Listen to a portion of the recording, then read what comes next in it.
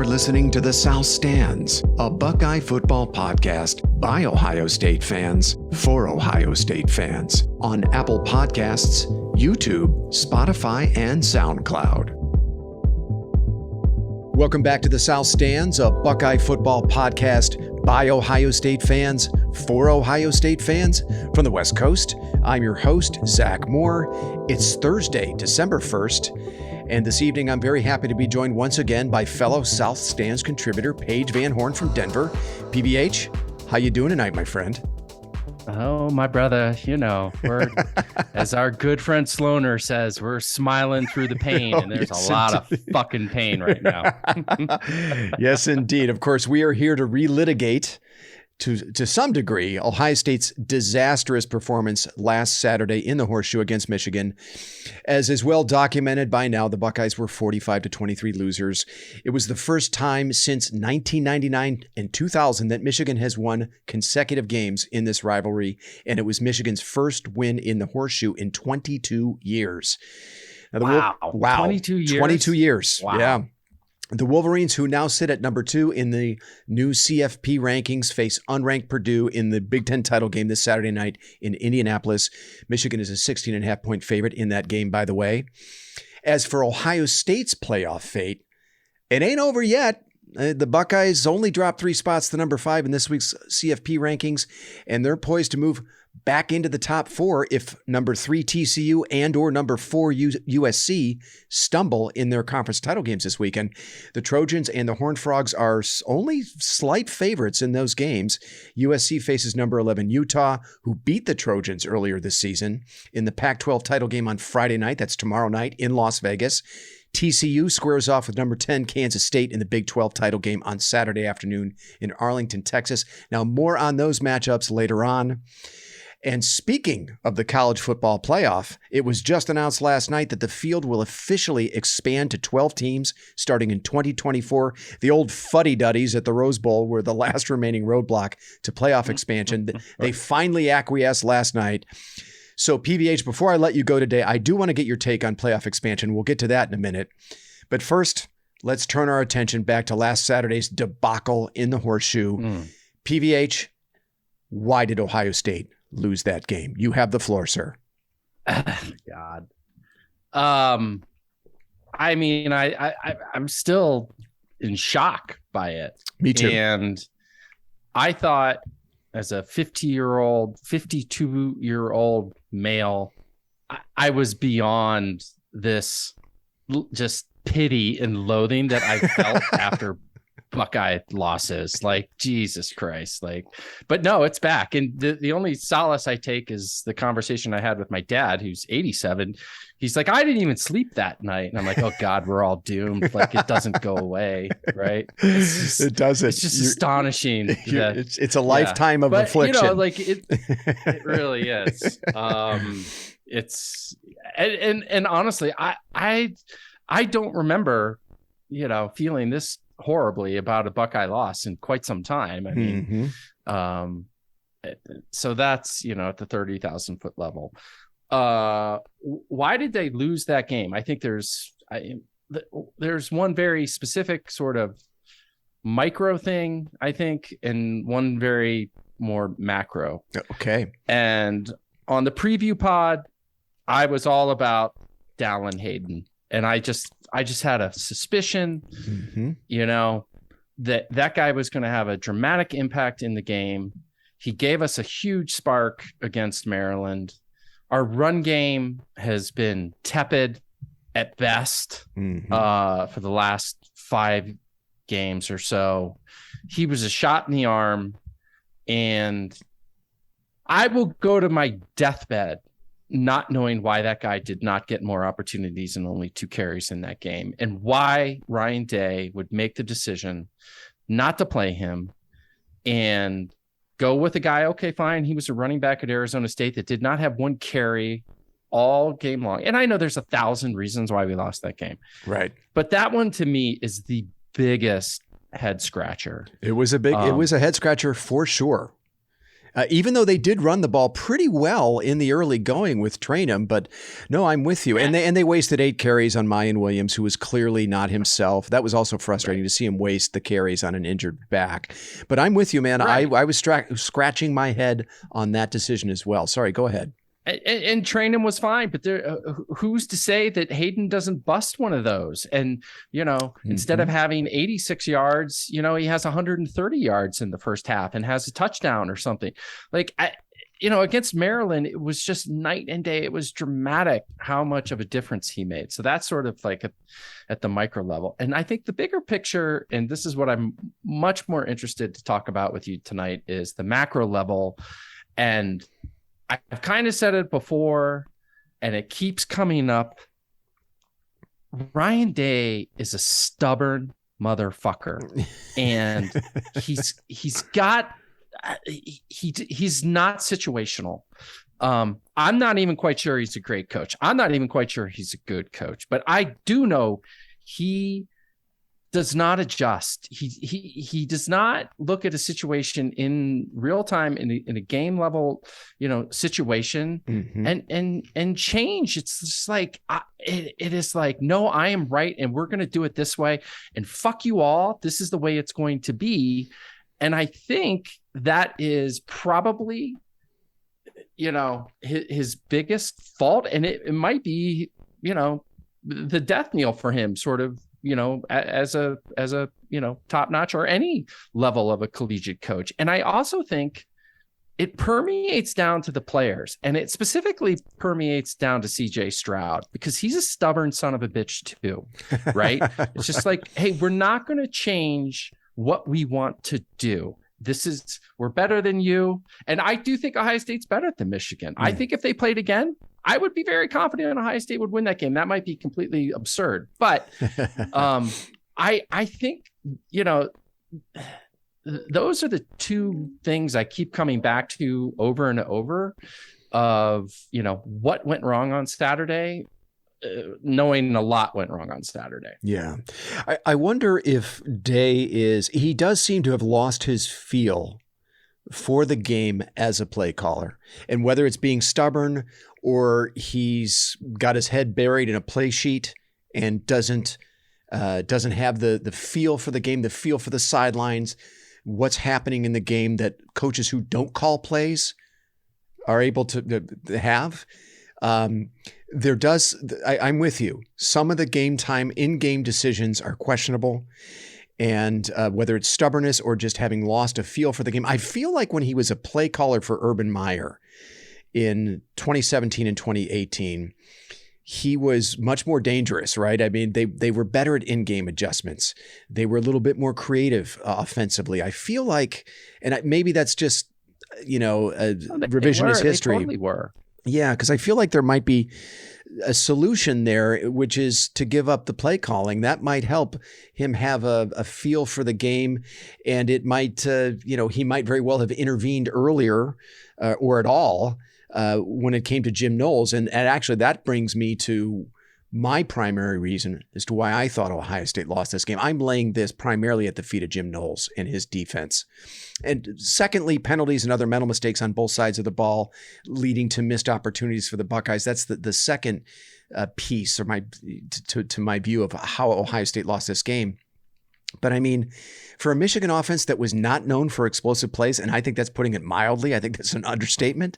Especially, they didn't have one all season until us. Yeah, I mean, especially from its beleaguered passing game. I mean, it was utterly shocking to watch them blitz the Ohio State defense for 4 different scoring plays of 69 yards or more. Let me put this into perspective. Those were the 4 longest plays from scrimmage of the season for the Michigan offense. So it's just crazy. Cornelius Johnson's 75-yard and 69-yard touchdown receptions were Michigan's 2 longest pass plays of the season, and Donovan Edwards' 85 and 75-yard touchdown runs in the fourth quarter were their longest runs from scrimmage of the season for Michigan. And we're talking about a Michigan schedule that included Colorado State, Hawaii, and Connecticut. And yet it was fucking Ohio State that Michigan hit for the 4 longest plays of the season. I mean, if you had that on your bingo card, PVH, I want you to play the California Lotto for me, because who saw that coming? Michigan ran 60 offensive plays for 530 total yards. 349 of that came on 5 fucking plays. And 35 of Michigan's 45 points came on those 5 plays. On the other 55 plays, Michigan only gained 181 yards. That's 3.29 yards per play. So the big play, I mean, it was a shocking surprise that it was a factor in this game for Michigan, and that it happened to an Ohio State defense that was in the top 10 of pretty much every statistic that mattered. And there's a quote. I want to share this quote with you. This is from the Michigan co-offensive coordinator, Matt Weiss. This is from an interview that he did yesterday. He says, quote, "We had a lot of great stuff ready to go. We were ready for everything. Overtime, a 2-point shootout, whatever came up. As it turned out, the big plays made it so we didn't need to use a lot of the stuff we had saved up that was ready. A lot of the big plays we hit were base. We're with base," he said. Day one training camp stuff. I mean, what a complete face plant by Jim Knowles to get worked that badly by the Michigan offensive staff, who, by the way, did not have their best offensive player for this game. Wow, true. And so this is something that actually Juan said, and I think it was like in the middle of the second quarter, or, maybe it was at halftime. He's like, in some weird way, it not having Corum, maybe a blessing in disguise. Totally. Because they're having to do some things that they wouldn't normally do otherwise. I agree with that. And so and when he said it, I kind of blew it off. And then we had to go to dinner that night, which is always that was a lot of fun. That was a great dinner. We had a good time, but having to go out to dinner after that was, I think I would have rather just lied down on a train track and called it a day. I think Juan's onto something, there's though. Some truth to that. Yeah, for sure. There's some truth to it. I mean, their hand was forced. They had to find out what they had in the passing game with McCarthy. Now, McCarthy still only completed 50% of his passes, but the ones that he did, and Jim Knowles helped him out by playing cover 0. On 2 long touchdown pass plays in particular, right? The very first one, I don't know if you remember on the preview pod, I had said that Michigan would be searching for answers.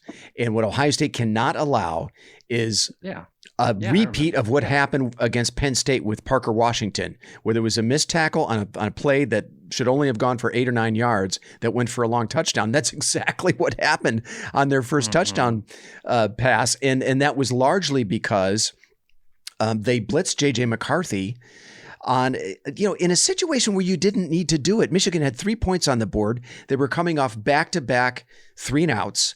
It was 3rd down and 9. They had run 2 plays for a grand total of 1 yard. Why are you sending both your linebackers and both safeties and leaving your beleaguered corners in one-on-one? Yeah, they're cocky. They were cocky. They did not respect Michigan's skill players. And I understand that's not Braylon Edwards out there, but there's still skill players at the University of Michigan, right? For a top 5 team, you have to respect their ability, right? Yeah. Yeah. Hubris. No, it's fucking hubris. There's no doubt that Jim Knowles did not respect the game. He completely shit the bed. I was, I think I said, like, Michigan ran the defense we should have played the whole game, right? Like, if they can put together 12 play drives and go down and score touchdowns and beat us without their best running back, then they deserve to win. Right. But force them to execute in the red zone. Right. I mean, Michigan came into this game, I think, ranked like 60th in the country in converting their red zone opportunities into touchdowns. So you can't give up the big play. But if you force them to execute and drive the length of the field and have to execute in the red zone and make them kick field goals, you've got a great chance of winning this game. And Ohio State did the opposite of that. They gave them quick and easy points on 5 different plays. I mean, easy. It was, it was just shocking, astonishing to watch. Astonishing. It was like back to Maryland with Greg Schiano. And again, it was totally. That's a good analogy, actually. Oh my God. So it's completely at the feet of the coaches. Some of the personnel decisions, like, I give you credit, man. Like, I don't pay that close attention. Like, you called out Cam Martinez like 7 games ago. Yeah. What the fuck is he doing in that game? In that situation? At that moment, like, I mean, seriously, he was in a different zip code when that guy was running by. Like, what are you doing? And that's coaching. Yeah, okay. And so, yeah, you can lay some of it on, the execution of the players. The technique, right. Yeah, his technique was a mess on that play, Cam Martinez. Yeah, right. I mean, he should have been out there. Missed opportunity. Yeah, he should not have been out there. And yeah, there's missed opportunities in the first half. They dominated that freaking first half. That game could have easily been, 14 points, 17 points. Oh, at least. And they panicked. They totally panicked at halftime. It was the biggest choke panic job that I can recall. Mm-hmm. I also remember like JTT, man, like his mojo and juice in the first half was like that dude was feeling it, right? And Michigan, they could really get nothing going, right. And I just don't understand what they talked about and decided at halftime to completely go with this just for broke defense that ultimately killed them. Huge miscalculation by did Knowles. Not respect them. Yeah, they were cocky motherfuckers, and it's just unacceptable. I agree. And to my second point about penalties and mental mistakes, and I'll try to make this quick, but I want to take you back to the third quarter. It's 24-20 Michigan. The Buckeye defense has just forced its 5th 3-and-out of the game, which is really weird, right? Because, there was either Michigan was either hitting big plays for long touchdowns or they're going 3-and-out. The Wolverines are forced to punt from their own 15-yard line. The punter shanks it. The ball is fair caught by Emeka Egbuka at the Michigan 48-yard line. So the Buckeyes are in great shape. They're in plus territory. There's 8 minutes to play in the third quarter. Just take a deep breath, Buckeyes, all right? You got a chance here to get points. Now, the first play, C.J. Stroud hits Chip Trayanum for 23 yards on a check down. Smart play by Stroud. He didn't force anything deep. He went to his check down, got 23 yards, great gain on first down. It's 1st and 10, Buckeyes from the Michigan 25-yard line. Nope. Holding penalty on Donovan Jackson. And a fucking unsportsmanlike conduct penalty on G. Scott Jr. for headbutting that dude, 10 yards out of bounds. Instead of 1st and 10 from the Michigan 25, it's 1st and 35 from the Ohio State 27. So now the Buckeyes would manage to get 30 of that 35 yards back. They're faced with a 4th and 5 at the Michigan 43. Ryan Day sends out the punt unit. There's this collective groan around the stadium, right? We're all like, you see CJ Stroud trying to wave off the punt unit. But what we know now, what we didn't know then, was they were going to attempt a fake punt. But the Buckeyes are immediately hit with another penalty, a false start on their backup long snapper, Mason Arnold, who, as it would turn out, would be the only Buckeye in the field who didn't know the fake was on. So on the next play, Arnold snaps the ball to punter Jesse Mirko instead of the up man, Mitch Rossi, who had he been given the ball, he had Tommy Eichenberg as a lead blocker through a huge hole on the left side of the offensive line. I don't know if you saw the video that was circulating. I did. You did see that? Yeah. Even Jim Harbaugh knew Michigan dodged a huge bullet. He said in the postgame, quote, "We got so lucky. On one of the 4th downs, they had a fake on and they had us. They had us cold," end quote. So it was the only person that didn't know was the guy that was snapping the ball. The long snapper. So if you remember on that play. But how does that happen? How does that happen? Right. Like I could understand. How can you not be aligned? Guy on the edge, right? Right. Well, it is worth noting he's our backup long snapper. Remember a few weeks ago we lost. That's fine, but do we not tell him like, hey, dude, this is a fake punt? And so then again, it comes down to who's that goddamn special teams coach and who's the goddamn head coach? Right? I agree. And, I agree. The penalties that cannot happen in this situation. They're undisciplined. It happens all the fucking time with this team, right? The missed tackles, 20 penalties for 182 yards for Ohio State in their last 2 games, the last 2 regular season games. To your point, yeah, dude, that coaching staff and that team is clearly over their skis. They are smelling themselves. They think their shit doesn't stink. I mean, that penalty with Guy Scott, what are you doing? If the guy hit him and he retaliated, it was just he headbutted him for no reason because you're reading your fucking headlines, Buckeyes, and it's coming from the top and it stinks and it's a fucking major problem. I agree with you. So just to complete this sequence, because the reason I want to go through the sequence because I feel like that's what broke Ohio State. Right. I feel like at that point, their will was broken. And by the way, that's when I shut off the fucking TV and I went for a walk around the Presidio. I'm like, I'm out. Actually, I didn't shut the TV off. I left my poor father-in-law sitting on the couch. I said, sorry, Ken, I can't do this anymore. I got to go for a walk. So Michigan almost blocks the goddamn punt because Jesse Mirko wasn't expecting the ball and the protection was set up for the fake. So I remember that play. I was like, what the hell? They almost blocked it.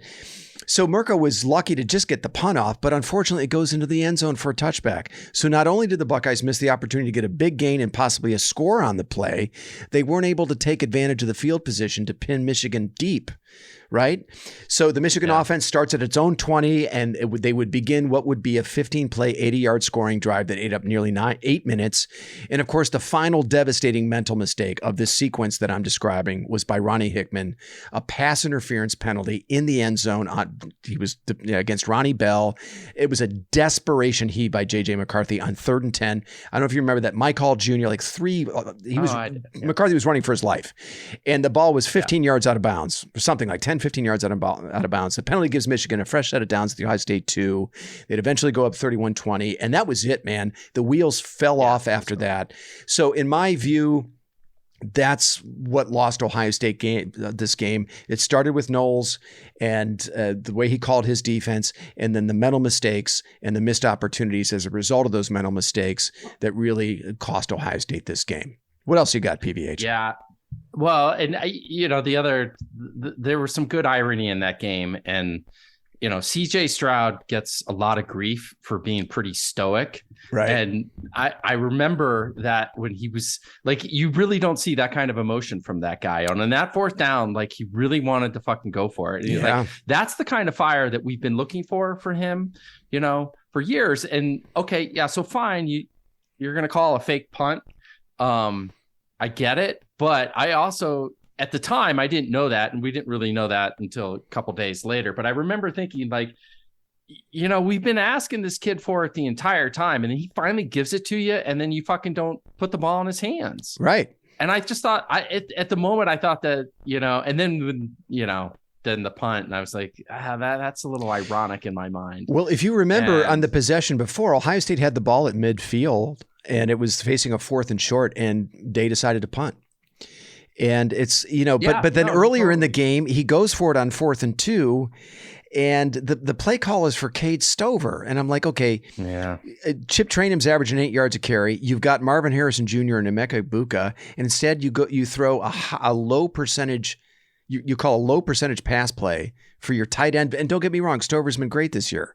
But is that the guy you want making that play in that high leverage moment in a game of these stakes? Well, I don't think so. No, and that play is also indicative of the fact that we have not had a running game for the last 8 games. Yeah. And why don't we have a running game? Is because you keep trotting out guys that are fucking hurt, right? Yeah, why are you doing that? Yeah, they mishandled that for sure.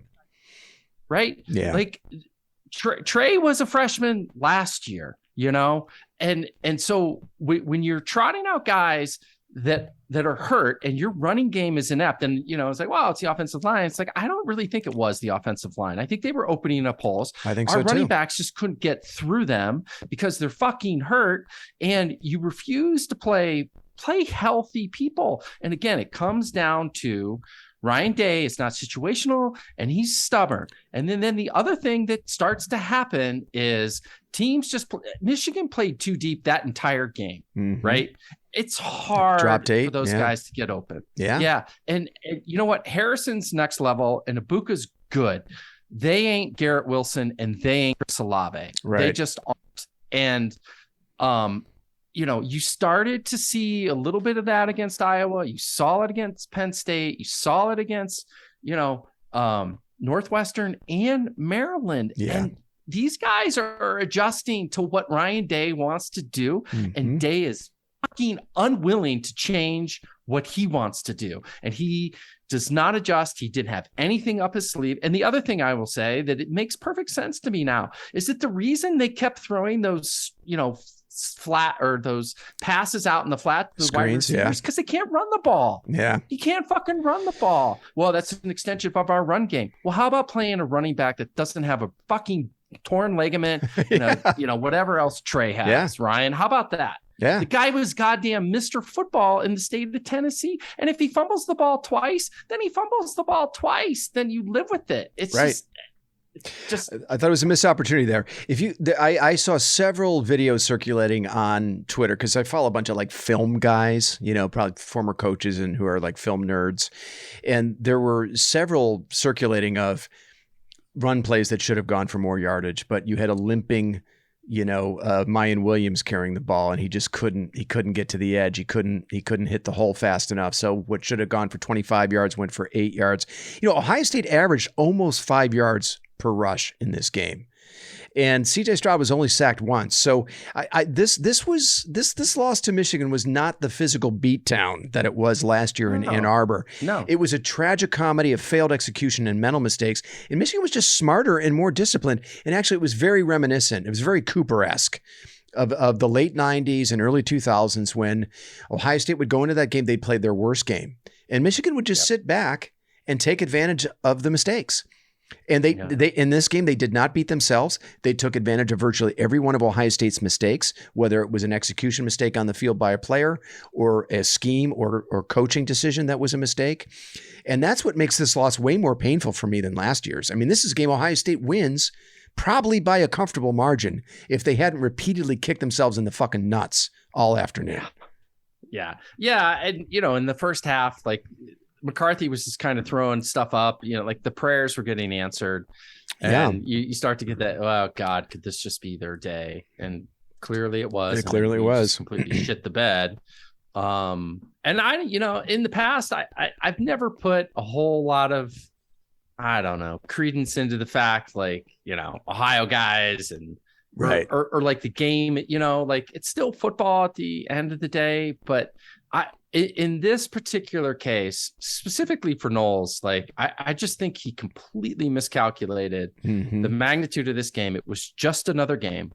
And I don't know if Ryan Day gets it either. I don't know. I mean, I've never been a big believer in, you're preparing for Michigan 365 days a year. Yeah, you kind of are, but we're talking about 19-year-old kids. I don't know. Maybe there's something a lot more to it. I mean, maybe, it only took us 28 minutes for Cooper's name to come up. But I mean, the record for guys that aren't from Ohio in this game is abysmal. And God damn it, there just might be something to it. Well, I think Knowles, so if Ryan Day calls Jim Knowles the head coach of his defense. So if we're using Ryan Day's words, there were two head coaches out there in the field for Ohio State on Saturday. Well, Knowles is up in the booth, but two head coaches calling plays for each side of the ball for them. It was Knowles' first Michigan game. And that dude has never coached in a game of these stakes, in a game of this magnitude with 17 million viewers, right? I mean, he coached at Duke. He was in the Ivy League for a while. He came from Oklahoma State, and no disrespect to Oklahoma State, but I'm sorry, Ohio State, Michigan is not, Bedlam, right? It's a much bigger game than that. And for sure, to me, I felt like, you want to talk about somebody over their skis and somebody who, just made one miscalculation after another. Knowles looked like that to me. And that's why I continue to maintain that that's the number one reason Ohio State lost this game. However, Ryan Day does not escape criticism either, though, right? At the end of the day, Knowles was his hire, and Ryan Day has to be able to see what Knowles is doing. And I mean, come on, look, it was obvious, right? You already got beat on a cover zero play where you sent the house unnecessarily. You gave him one cheapie, but then you start the damn third quarter and you give him another cheapie on the exact same situation. And it was to a reserve freshman tight end. I mean, these dudes that were beating you, Jim Knowles, this was not Braylon Edwards. This was not Desmond Howard. These are guys that Johnson, the guy who caught the two longest touchdowns in the game, the two longest passes of the season for Michigan, he came into this game averaging 30 yards receiving a game. His last touchdown was like in early October. So those aren't the guys that are beating you. I mean, the guys that are beating you are role players for Michigan. And that's what drives me nuts about this. Sorry, go ahead, BBH. Yeah, no, it's true. And, you make good points about Knowles and But Ryan Day's the goddamn head coach, and the offense did nothing in the second half. They didn't. And, you're right. And I'm sorry. Like if you're not enough of a good coach to like kind of step in on the defensive side, then I mean, Jesus Christ, then you're not a head coach, right? I mean, so like, when we were talking and you're like, yeah, maybe if he gave up the play calling duties and stuff like that. So I want to pivot to this. Like, let's just go big picture here. Let's do it. Like, are we sure? Are we even mildly sure he's a good coach? I mean, yeah, if I'm being totally honest with myself, I'm having my doubts about him. I'm not ready to fire him today. I think that would be way too. No, I'm not saying fire him today. But if I'm being totally honest with myself, absolutely, I'm having doubts about him for sure. How about you? Yeah. So much so I decided before we got on this podcast, just go down memory lane and look at Urban Meyer's record when he became a head coach at Bowling Green. First year, 8-3, then 9-3, Utah, 10-2, 2004, 12-0. Wow. Then he goes to Florida. He goes 9-3, 13-1, 9-3, 13-1. Jim Harbaugh, San Diego State. Or no, not even San Diego State, University of San Diego. I didn't even realize that. Like that's right. It was like University of San Diego. That's like enrollment, like 1,400. It's like a freaking Jesuit school, for Christ's sake. He goes 7-4, 11-1, 11-1, and then at Stanford he goes 4-8, 5-7, 8-5, and 12-1. The only empirical evidence that we had that Ryan Day was an elite coach was Urban Meyer. When he got suspended and he said he's an elite coach and we all just accepted it as gospel. And the guy was a fucking out of work quarterback coach at San Francisco. He never had to build a program. He never had to do anything. And I go back to the quote, and it's the most accurate quote of all time from Jimmy Harbaugh. And he said, hey, man, some guys are born on third base and think they hit a triple. Dude, I think that's Ryan Day. Wow. And I don't know that this gets any better. I'm really worried this doesn't get any better. Well, I don't think you're alone. I said before, this was our year. Yeah. What are you going to do next year? Like, I mean, dude, the wheels could come off here a little bit. I hope you're wrong about that, but I have this pit in my stomach feeling that you could be right. I mean, if you look at what Ohio State is likely to lose in personnel, right? CJ Stroud and some others, but namely CJ Stroud, you're going to Ann Arbor next year. You're gonna get a veteran Michigan team, right? JJ McCarthy's going to be a junior. Donovan Edwards, a junior. So that's a veteran Michigan team with some talent. And they've also closed the talent gap too. And I think they've also, since 2020, when Harbaugh was, kind of forced to make coaching changes and, acquiesce to kind of what the powers that be wanted there, they've gotten much better at player development too. So, yeah, Ohio State's going to be, one would think, is going to be an underdog in that game. I'm not ready to. So Ryan Day, if we look at the big games that Ryan Day has coached in, for the most part, right? It's Michigan, it's the Big Ten title game, it's the playoff. And this isn't my thought. I think Bill Landis pointed this out. He's 1-2 against Michigan. He's 2-0 in the Big Ten title game, and he's 1-2 in the playoff. What does that come out to? Is that 4-4? So he's 500 in the biggest games, right? You're always expected to beat Michigan. Of course, you're expected to win the Big Ten title game. But if we're being honest with ourselves, both of those Big Ten title games are pretty harrowing. Yeah, dude, they were nail biters against inferior opponents. Yeah. And then, he blew a game, quite frankly, blew a game against Clemson in the 2019 semifinal. Ohio State was dominating that game. He turtled up in the second half of that game. He also did not emotionally handle the run that Clemson went on, right? I felt like Ohio State kind of packed up, packed it in after Clemson kind of fought back and, where they were down 16-0 in that game. And I didn't think Day handled some of the adversity in that game as well as he could have. And then some of the play calling was suspect. But then he did come back the following year and put it on Clemson, which was great. And then he got blown out in the national championship game. So he's 4-4. In Ohio State's biggest games. I guess you could throw the Oregon game at home in there, but I don't know. I mean, you got a first year quarterback. You lost a bunch of guys from the previous season. I'm more inclined to just kind of chalk that up to, just a young team. But 4-4 in big games, and the standard is higher than that at Ohio State, quite frankly, isn't it, PVH? Oh my God. Yeah. I mean, you don't get credit for the 45 wins and, 38 of them against the Toledos and Bowling Greens and Indianas of the world. You just don't. Yeah. You don't. And that's also why you make $9 million a year. And, I would, you mentioned the 2 Big Ten title games. They were life and death to go back to that Northwestern game again. Mm-hmm. It's just like, dude, start running the ball. And then finally, after, in third quarter, you start to do what everybody in the world knows that you should be doing, and you run away with the game. Well, yeah. You set a single game rushing record. Short man's Napoleon complex. Yeah, maybe. You could be right. I mean, yeah, we were all begging them to run the football, and then they end up setting a single game rushing record, school record. Yeah. I just kind of want to go back to this, though, that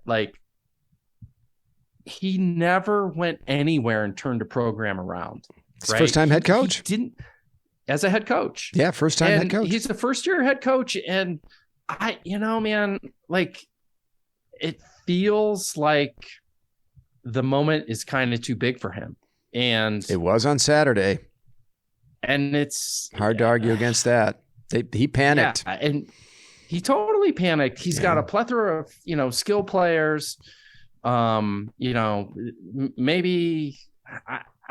I don't know. I'm just kind of now projecting big picture and being worried about the future and where this goes from here, because dude, I think he's been exposed quite a bit, and he's definitely getting out coached in these games.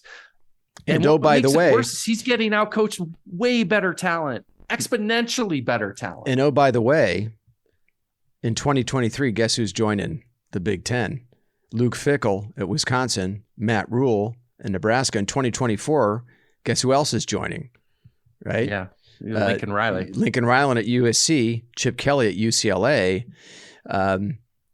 It's going to get tougher and tougher to win the Big Ten, and also to get away with, quite frankly, what Ryan Day has been able to get away with in a lot of games, with some questionable, decision making, play calling, slow to adjust. You can get away with that, as you say, right, against the Rutgers and the Indianas of the world. Yeah. But when you're playing UCLA, USC, a re-energized Wisconsin program with Luke Fickell, re-energized Nebraska program with Matt Rule, you're not going to get away with it as much. So, So where do they go from here? So here's where I'm stuck. I mean, Fickell was just hired by Wisconsin. There was an expose in The Athletic that you and I discussed before we jumped on today about the possibility of perhaps why am I blanking on his name? Mike Vrabel coming to Ohio State, right? He's had great success in the NFL. He's an Ohio State guy. He embodies everything that Ohio State fans love and want in a program. But at the same time, is that realistic? And do they need to try and at least work things out for the next year? I think they're at least 1 year away from making any kind of a coaching 100%. Change. So in the short term, they can't do it. They can't do it right now. You're 11-1. You still, and we're going to get to this in a little bit, you still have a shot at making the playoff. And who knows? You get into the field. Who knows? But in the short term, what is the answer? What's the solution? Personally, I think he's got to give up calling the plays. And either you rely on the veteran, Kevin Wilson, who's got a great track record as a play caller, or you bring in some boy genius offensive play caller to replace him. But Ryan Day has got to give up. He cannot have his nose buried in a play sheet in a game like, Michigan of those stakes. You have to have a better feel for what's happening on the field, on your sidelines. If he needs to get on the headset and talk to Jim Knowles and say, Jim, no more cover zero. Drop into stop it, right? But great head coaches, the reason they give up play calling is because they have to have a feel. They have to, and then there's all the whole recruiting and NIL and all that bullshit that you have to address. You have to be able to focus on. I think he's got to give up the plays. That to me is the short-term fix. What do you think? Well, that's what makes it scary, is that it's not obvious, right? Like the last 2 years, it was obvious. Just fix the defense, we'll be fine. Right. Now it's way more muddled, right? Because we thought we fixed the defense, and then for whatever reason, it showed up in the biggest game of the year against Michigan. So I don't know that there's still a systemic problem with the defense, but I don't know. And you might be right. That might be it, but that might not be the answer either. You know, that's what makes this scary, right? Like I couldn't stomach reading anything or listening to anything until about 4 hours ago. And I listened to Mike Valenti before we got on. Oh, no. And, I mean, I couldn't even listen to that. I don't even know how you got through that. I only got through, it was like a 12-minute clip, and I got through like 4 minutes. I think that guy has a good nose for football. Mm-hmm. And he's like, there's basically 2 points here. Like, number one, like, and I agree with this.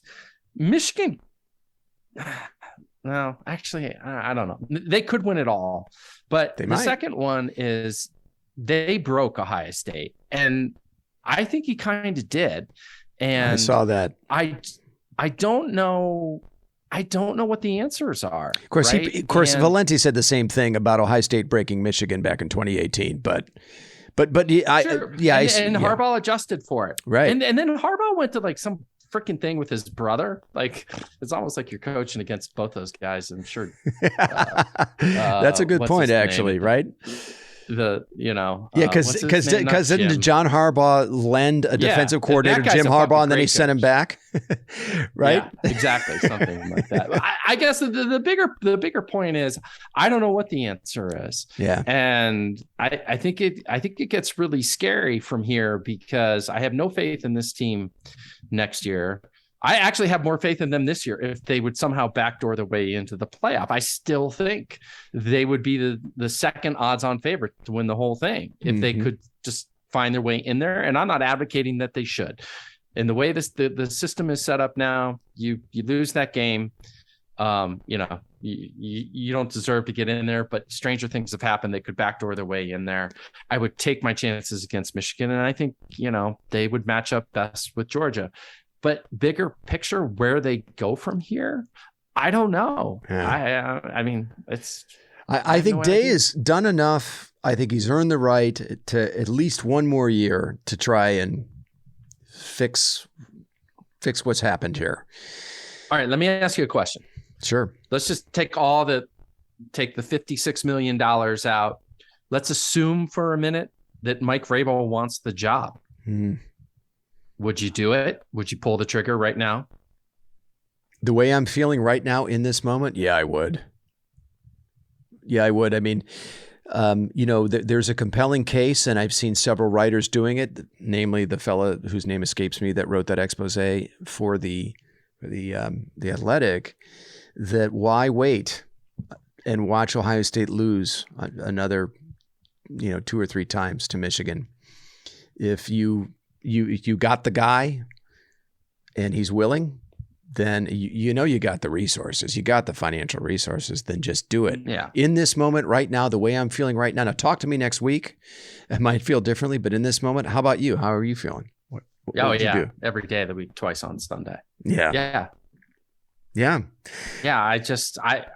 And again, I come down to this whole thing. Like, I just remember Urban Meyer being like, he's elite. Just because Urban Meyer thought, and by the way, he wasn't really necessarily the best, evaluator of coaches on his staff. He had turds all up and down his staff. So we're just taking Urban's word that Ryan Day was an elite leader and coach, and he never had to prove it anywhere. And I think, man, if the wheels do truly come off, you'll look back at that decision and you're like, God damn it. Like, wait, why didn't we question that a little bit more? Like, why didn't we make Kevin Wilson the head coach when Urban got suspended for the first 4 games of the 2018 season? Yeah, it was 3. It was a little bit head scratching at that point. Yeah. Well, he had 2 former head coaches on his staff at the time, and they decided to make Ryan Day. Right. Yeah.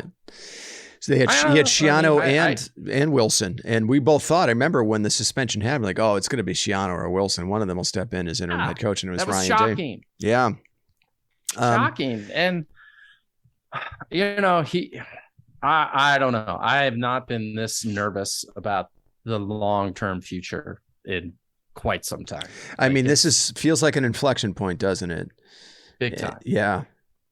All right, PVH. Well, listen, I do want to have a look at the playoff. I want to have a look at the two conference championship games that are obviously going to have the biggest, impact on Ohio State's playoff hopes. Before we go there, anything else you want to share about the Michigan? Beat that horse. Okay. All right. So let's have a quick look at the two conference championship games that I mentioned at the top. They're going to have major implications for Ohio State playoff hopes. Let's start with number 11 Utah versus number 4 USC in the Pac-12 title game this Friday night in Las Vegas. The game is an 8 p.m. kick on Fox. The line is only USC 2.5. The over-under is 67.5. Now, Utah handed SC its only loss of the season back on October 15th in Salt Lake City. That was a 43-42 win for the Utes. The difference in the game was a 2-point conversion with 48 seconds to play. USC squandered a couple of double-digit leads in that game, by the way. Both teams combined for over 1,100 yards of total offense. Now, USC, we know how explosive they are on offense. They're 5th nationally in total offense. They're 3rd in offensive yards per play. They have quarterback Caleb Williams, who's probably the best player in the country, probably going to win the Heisman. They have wide receiver Jordan Addison, last year's Biletnikoff winner. But SC also has a putrid defense, ranked 91st nationally in total defense. They're giving up over 400 yards per game. They're 114th in defensive yards per play, allowing over 6 yards per play. So who do we like in this game, PVH? I mean, it's hard not to root for Utah. Oh, well, you should be rooting for Utah. I know, but I'm trying to be objective about it, right? Right. And again, in full disclosure, I haven't seen one play from either of those teams all year long. And as you described, all I knew is that Utah did beat USC, and if they beat them on a 2-point conversion, I don't see it. I'm actually kind of surprised it's only 2.5 or 3.5, based on what you just said. Well, I think that USC defense is the equalizer. Cam Rising, dude, in that first matchup, Cam Rising threw for over 400 yards a game. Now, we faced Cam Rising in the Rose Bowl. He's a tough dude, tough runner, has some decent arm talent, but I don't think he threw a pass over 15 yards in that game. And I mean, he threw to his tight ends the whole goddamn time. I don't remember a single Utah receiver catching a pass in that game. And Rising threw for over 400 yards against that USC defense. I think that's why that line is where it is. Sorry, go ahead. No, that makes sense. At the end of the day, though, I think USC probably wins it. They probably win it running away. Wow. Okay. Okay. All right. Yeah. I mean, it's hard to beat a good team twice, as they always say, that old adage, Lincoln right? Riley's a good coach too. Good coach. Although, is it Willingham still at Utah? Willingham, yeah. He's still, he's a good coach too. He's a good coach too. Dude, they've got a puncher's chance. Don't get me wrong. They got a puncher's chance. Well, Vegas thinks so, yeah. Yeah, no, totally. Vegas does. I'm just putting on my contrarian, woe is me, fucking Buckeye sadness, and it's not going to happen. Yeah, well, yeah, totally. I mean, it's hard to beat a good team twice. There's that old adage. And look, Utah won that last game, but they barely did. I mean, by the skin of their teeth, right? I mean, and USC had 2 double-digit leads in that game. They were up by 2 touchdowns twice in that game. So, I think it's a great game that probably comes down to the last possession. But, man, it's hard to bet against Caleb Williams. I don't know if you've watched any of Caleb Williams. That dude's a magician. I haven't seen one. Oh, my God, dude. He's the best athlete at quarterback in the country, even more so than Bryce Young. And you want to talk about a guy that you just hold your breath every time he drops back to throw. He can keep plays alive forever. Just like CJ can. So look, I like every Buckeye fan out there, I'm going to be pulling for Utah big time. And if they win, I think it's all but a guarantee Ohio State is in the playoff. But I think sadly USC wins by just a hair. So I'm with you. I think USC wins. I don't think they blow them out. I think they win by a hair. Okay. Yeah. The other, are you, dude? I don't think I could watch it. I just, it's tomorrow night, Friday night. I know. What do you got going on tomorrow night? You It's taking Susanna? nothing. I mean, zero. You're gonna fucking watch the game. We all know you're gonna watch the game. No, I Who you won't, lying dude.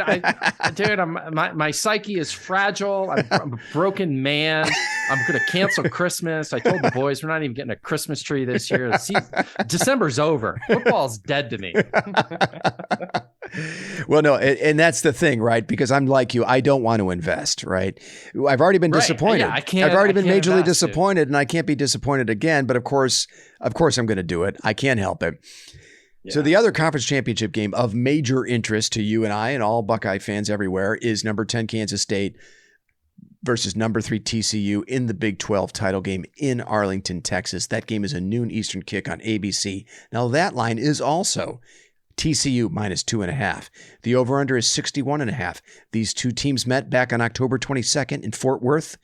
Kansas State jumped out to a 28-10 lead, but TCU came roaring back to win it 38-28.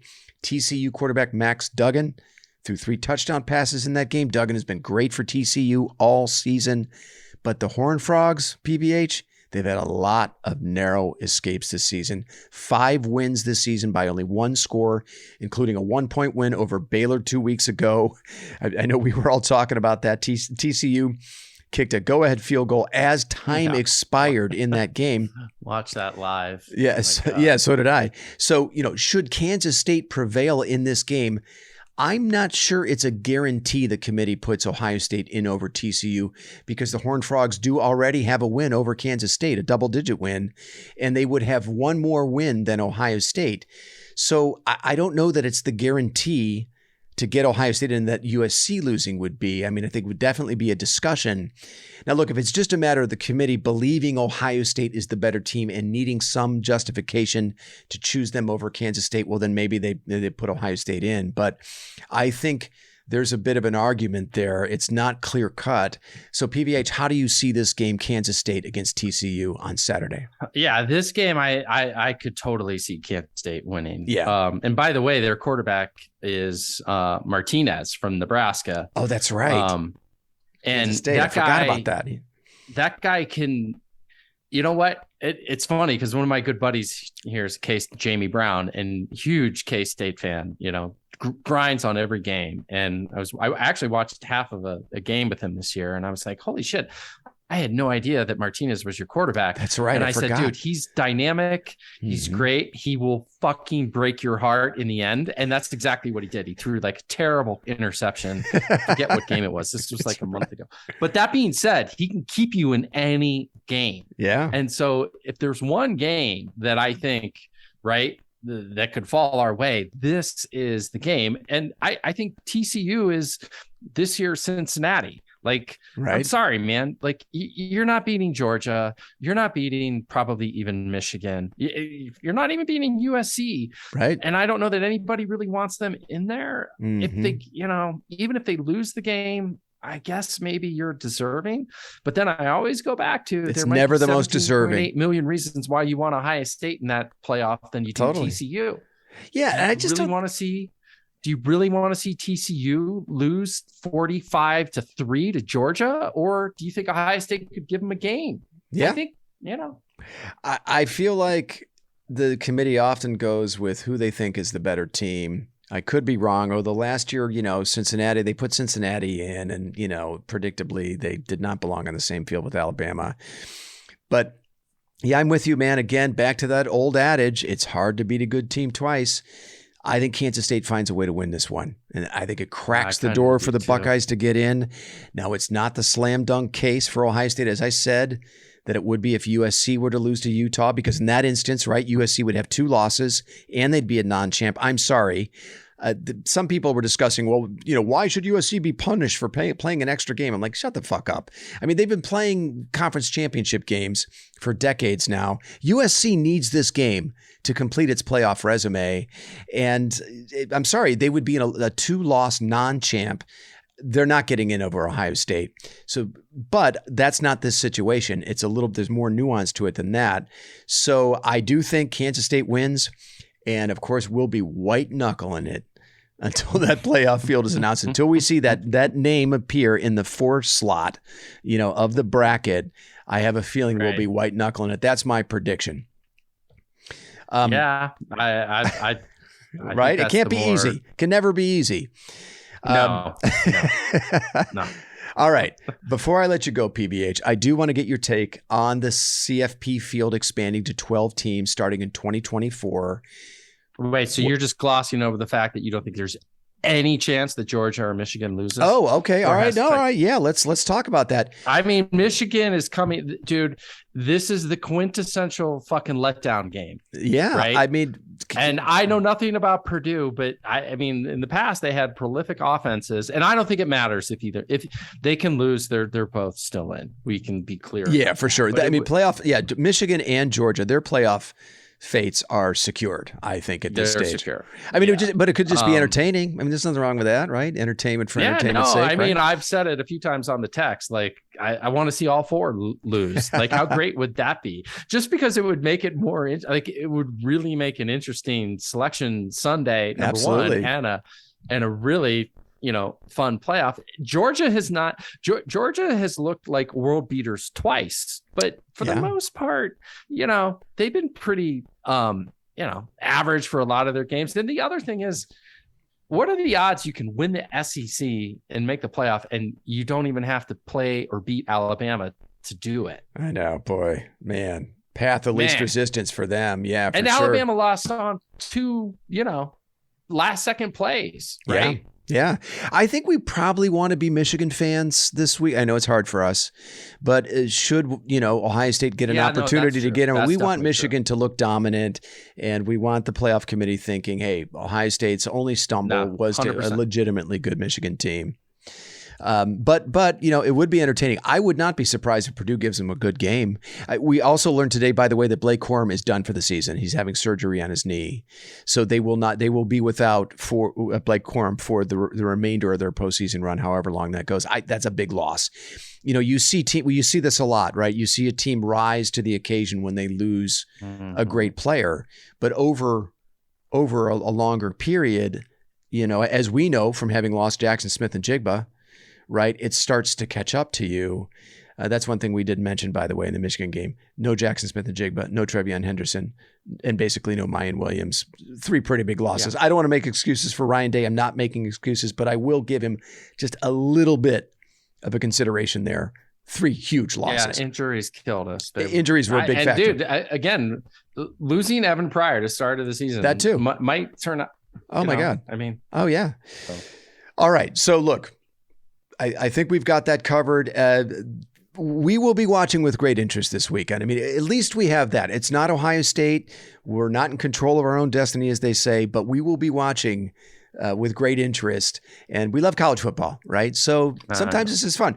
Sometimes sitting back and watching the chaos is fun. Let's hope that it happens. That is almost as entertaining as watching Ohio State win big games. It can be a lot of fun. So fingers crossed we get a little chaos this weekend. All right, so back to the college football playoff field expanding to 12 teams in 2024. I want to get your take on that. Paige, how do you feel about the expansion to 12 teams? It's a good thing, right? Yeah, it is, but we're living it right now, right? Because this Ohio State loss would not feel so bad in 2024 because we'd still be in. Yep. And that's the way that's the prism that I look through it through. Totally agree. We'll be in the playoff every year. Absolutely. Every year. Yeah. And in most years with 3 losses, probably Ohio State could probably qualify in most seasons with 3 losses.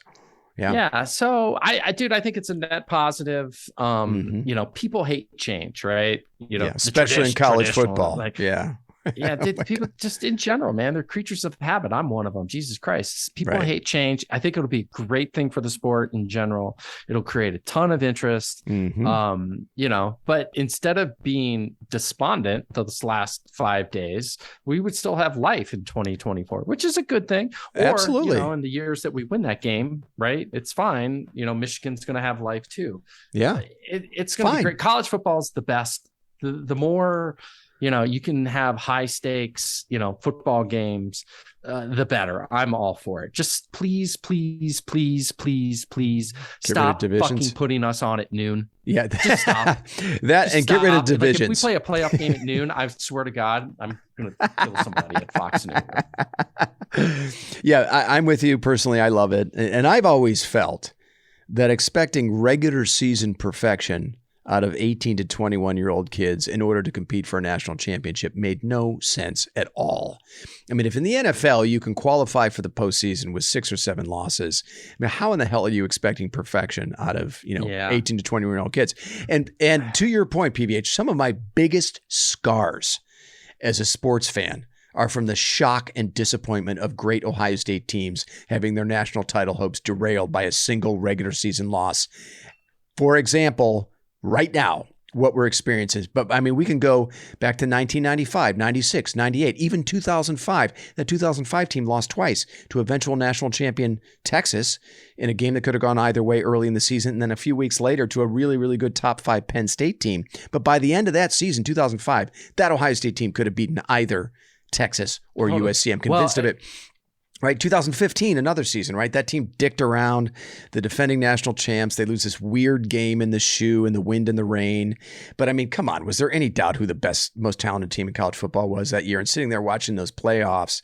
So yeah, to your point, man, like I'm happy to not have to go through that again. Like, and I even think Urban Meyer's last 2 teams in 2017 and 2018, that they were far from his best teams he's ever coached. They could have even made some noise in the playoffs. So in this new format, that's no longer going to happen for Ohio State. As I said, I think they could make the field with 2, probably even 3 losses most years if it comes to that. And the other benefit of the expanded field is I think it's going to create more interesting non-conference games during the regular season, because most programs won't be as hesitant to schedule tough non-conference opponents, knowing that losing those games won't necessarily end their title hopes in fucking mid-December, right? Or mid-September. And look, I mean, let's face it, there are a lot of unwatchable football games the first 3 weeks of the college football season. A lot of crap on those first 3 years, first 3 weeks, right? This year especially was terrible. And the other thing that it solves, it's this archaic byproduct of college football, the way the system is set up right now, that when you lose matters dramatically. Right. If we started the season every year against Michigan and then you have 10 games to recover, it's a different dynamic, And so when you lose, like USC, right? Like they actually have the same amount of losses as we do. Right. Now they get to play in their championship game, and they don't also have the stupidity of the division stacked on one side versus the other like we do. Yeah.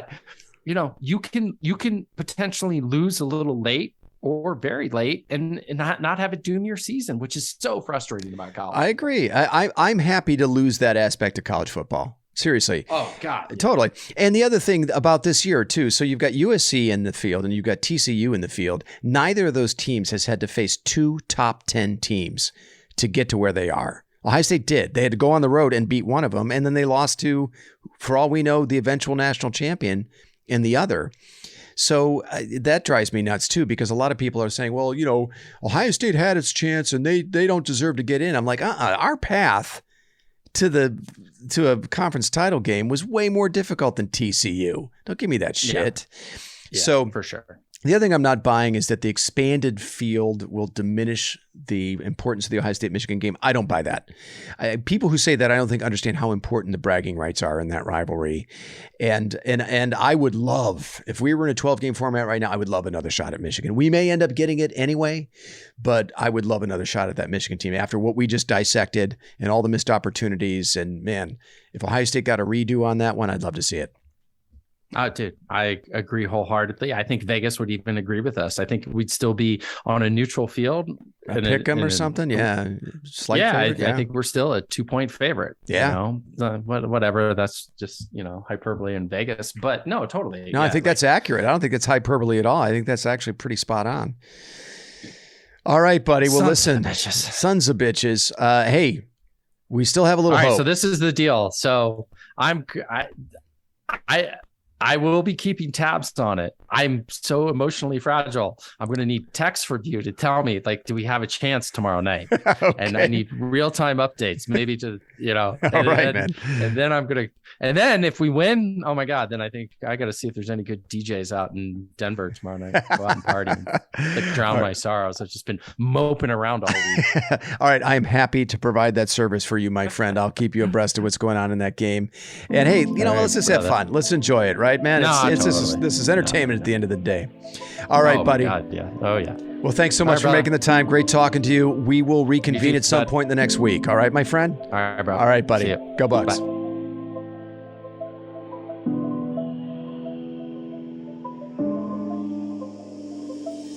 You've been listening to the South Stands, a Buckeye football podcast. You can follow us on Twitter, Instagram, and Facebook, and visit our website at southstandsosu.com.